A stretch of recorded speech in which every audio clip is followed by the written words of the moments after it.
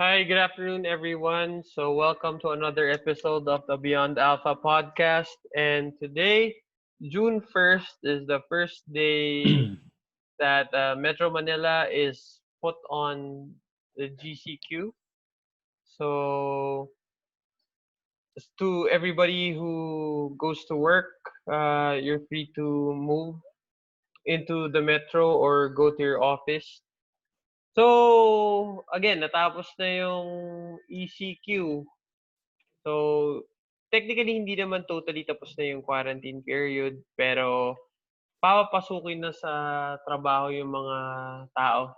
Kasi the government needs to restart yung economy natin dahil probably nauubos na yung funding or walang pumapasok na pera.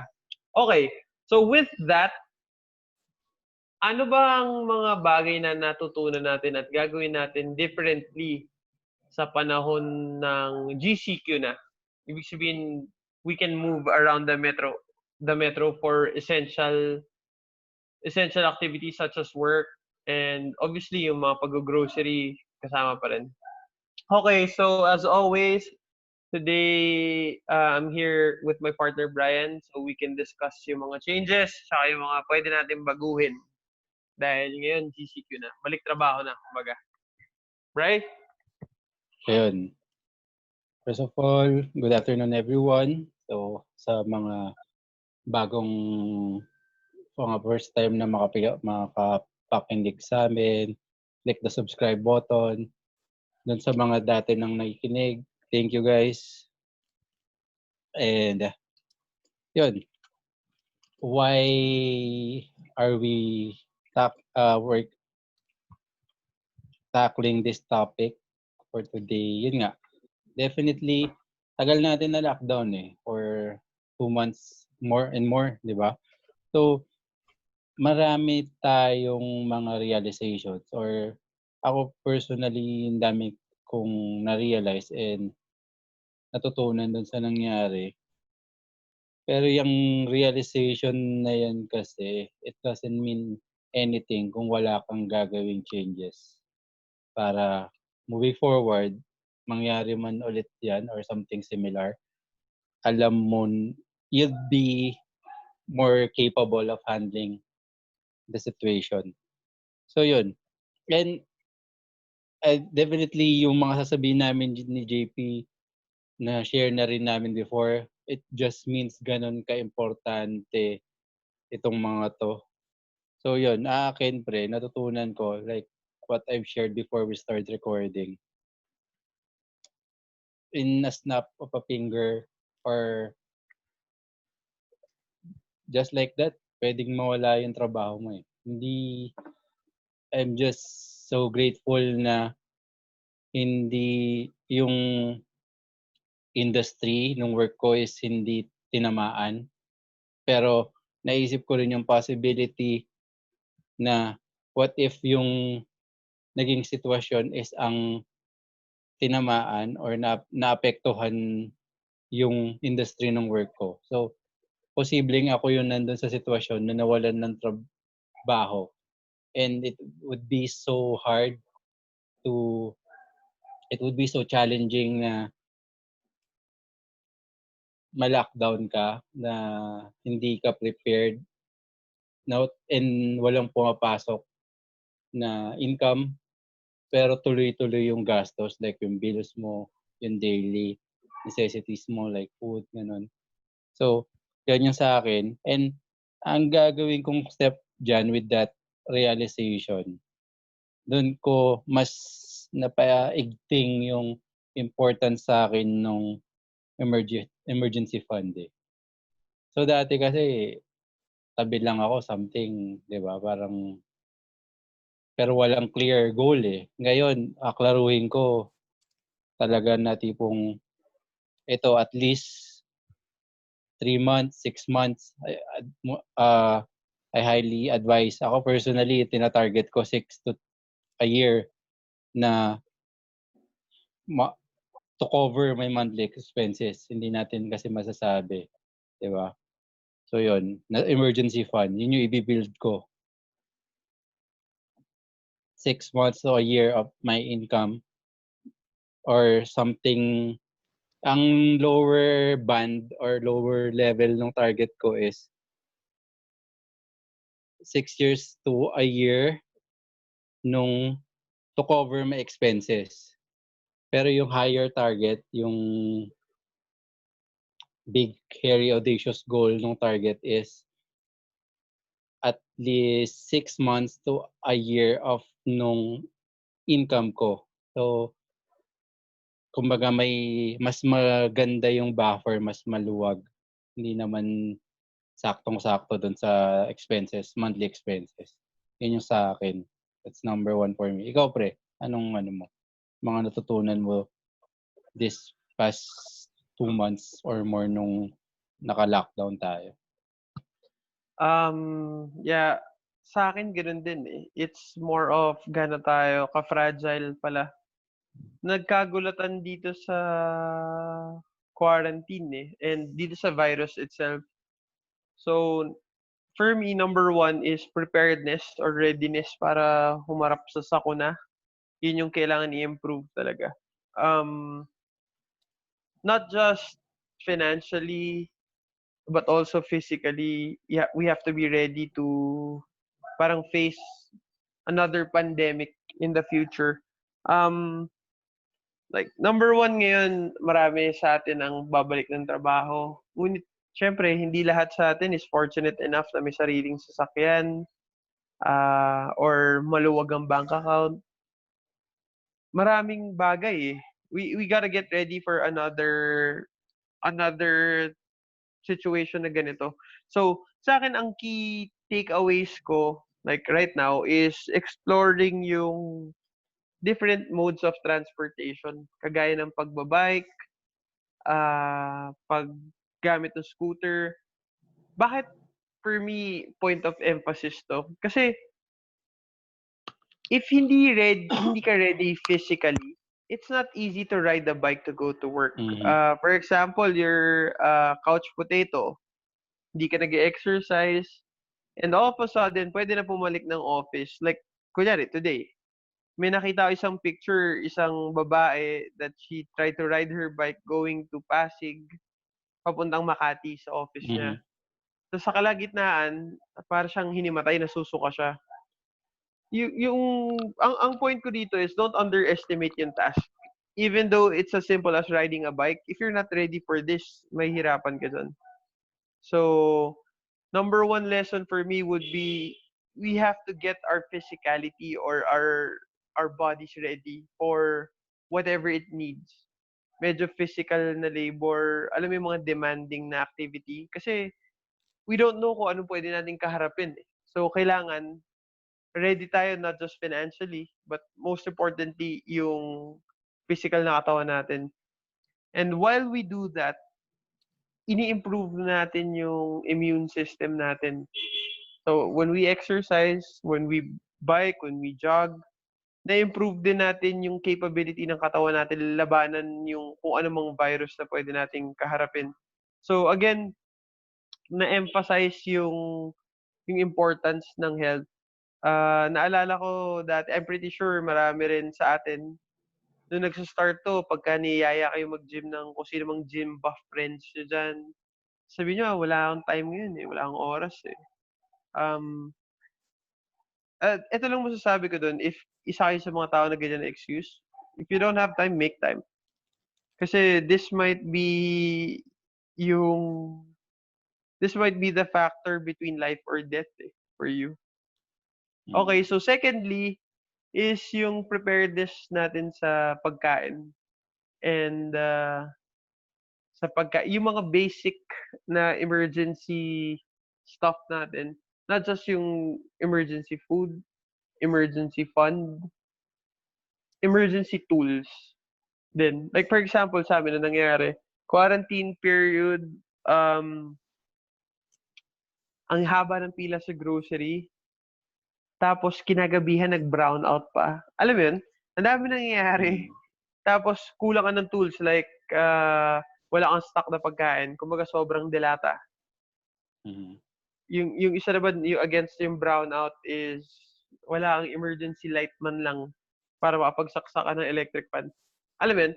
Parang for me, we got to have a system ready na just in case this happens, meron tayong sagot. Like for example, namatay tayo sa COVID, ipapa-shoulder pa natin yung expenses sa mga family members natin. So ano kailangan natin for that? Obviously, life insurance, right?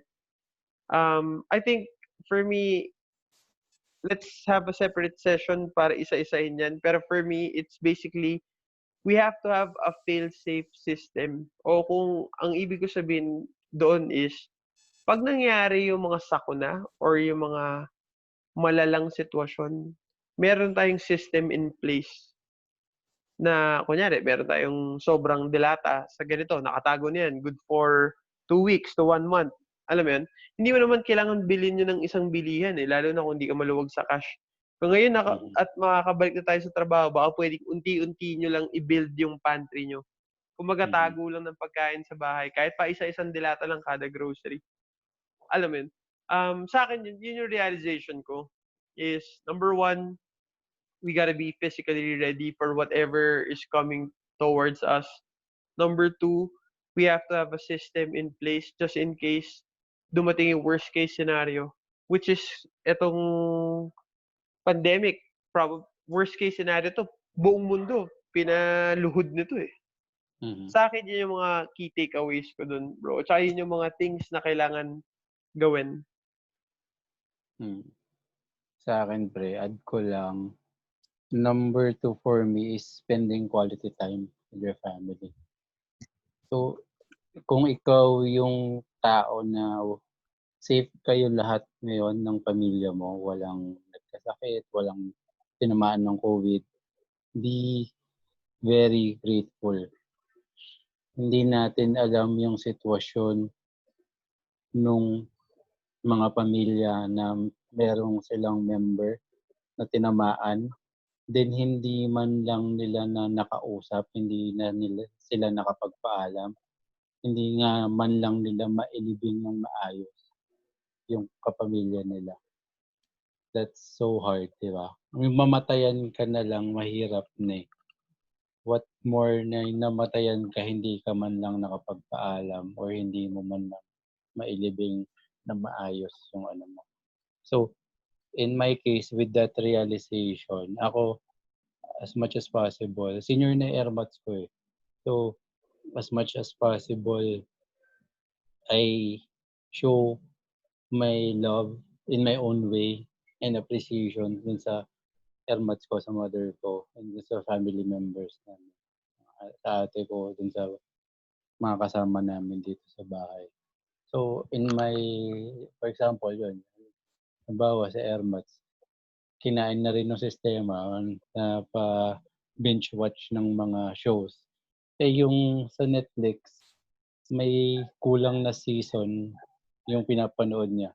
Yung simpleng dinownloadan ko siya nung kulang na season dun sa Netflix para matuloy yung ano, mga gano'ng bagay. Nag-birthday siya, parang wala na siyang ano, prepare na kung ano man. Kumbaga kami ng magkapatid yung nag-asikaso ng mga handaan niya. Yung mga gano'ng bagay, simpleng gano'n na showing your appreciation dun sa family members niyo. Kung kayo man yung tao or yung pamilya na hindi kayo nasanay na oo, hindi kayo nasanay to say I love you or to say yun nga yung mga compliments dun sa family members niyo.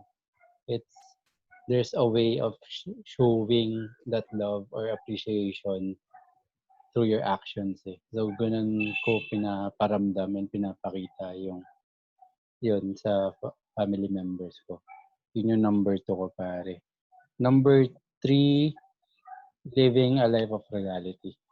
Na-realize natin, ako personally, na-realize ko na tipong, yun nga, hindi naman ako talaga magastos eh, personally. Kahit noon naman, and alam to ng closest friends ko, like JV, na kuripot ako eh. Pero yun nga, ngayon ko na-appreciate yung, ngayon ko mas na-appreciate yung pagka-kuripot ko. Or ang lagi kong hinihirit pag tinatawag akong kuripot, masinop ang tawag do'n. Wala namang kaso sa'kin mag-spend on a higher price or something na mag-splurge ka once in a while. Pero ang akin lang naman, ang para sa'kin na mali is yung nagwawaldas. Wasteful spending, 'yun yung mali para sa'kin. 'Pag kailangan mo naman talaga and it would be, more cost efficient if you buy a higher quality product, dun tayo. Pero yung tipong bumibili ka lang just to show off, people na can afford ka or 'di ba, your alta or something, yun yung akin, eh, parang wasteful yan, eh, wala ka namang kailangang patunayan na ganyan, yun yung akin. So, yun nga, with that naisip ko yung pina-practice ko with regards to pag-manage ng pera ko, it's something that I'll continue and kung, may opportunities pa improve ko pa further. So yan, living in frugality. So, yun lang, bilhin mo lang yung kailangan mo. Halimbawang may mga stock ka ng pagkain diyan, kung ano lang naman yung pasok or kakailanganin niyo na kainin for this meal or for this day, yun lang labas niyo para walang nasasayang, 'di ba? Yung walang tapon, 'di ba? As much as possible wala tayong waste with regards to yun nga, pagkain. Kasi 'di ba halimbawa napapanis yan, eh, like food. For food na lang, for example, ang dami niyong binili, meron na kayong niluto, nag-order pa kayo, nagpa-deliver pa kayo. So, 'di ba hindi niyo naman mauubos lahat 'yan, eh. So, some of it matatapon lang or 'di ba mapapanis lang. That's wasteful na, eh. 'Yun yung, personally ang ayaw ko lang din naman talaga. Walang masama sa'kin at we order food once in a while, 'di ba? Sige, ano rin naman natin, experience din natin yung iba't ibang kinds or types of food or 'di ba, masubukan din natin. Pero yung 'pag may nasasayang na, may natatapon na, dun talaga ako against. So, that's it for me pare. Anything else before we wrap up the episode? Ah, sa'kin, guys, obviously GCQ na, pero the virus or the threat, the health threat is still existing. GCQ, if you read up on it, it doesn't mean puwede ka na pumunta sa lahat ng lugar na Mm, gusto mo. My point lang kaya ko ini-emphasize 'to is you have a responsibility to yourself to be safe, and more than that, you have a responsibility to the people around you. Hindi lang yung kasama mo sa bahay, pati yung mga makakasalamuha mo papunta sa trabaho. So, again, as much as possible hangga't kaya yung guidelines of social distancing and yung masks, alcohol, 'wag natin kalimutan. Kasi it's not just us we put in danger kung sakaling ma-infect tayo, we're gonna put in danger yung mga tao sa paligid natin, and ayaw natin mangyari yun. Okay, so yun lang for me, guys, and if you are one of those people that has to go to work or is starting to go to work, ingat lang parati. 'yun. So, guys, website namin imbeyondalpha.com, IG @imbeyondalpha, FB gano'n din @imbeyondalpha, Twitter kaka-activate ko lang, buti same din yung handle ni @imbeyondalpha. Ayun, subscribe, follow, and share. Thank you guys. Have a good Okay, day. bye-bye.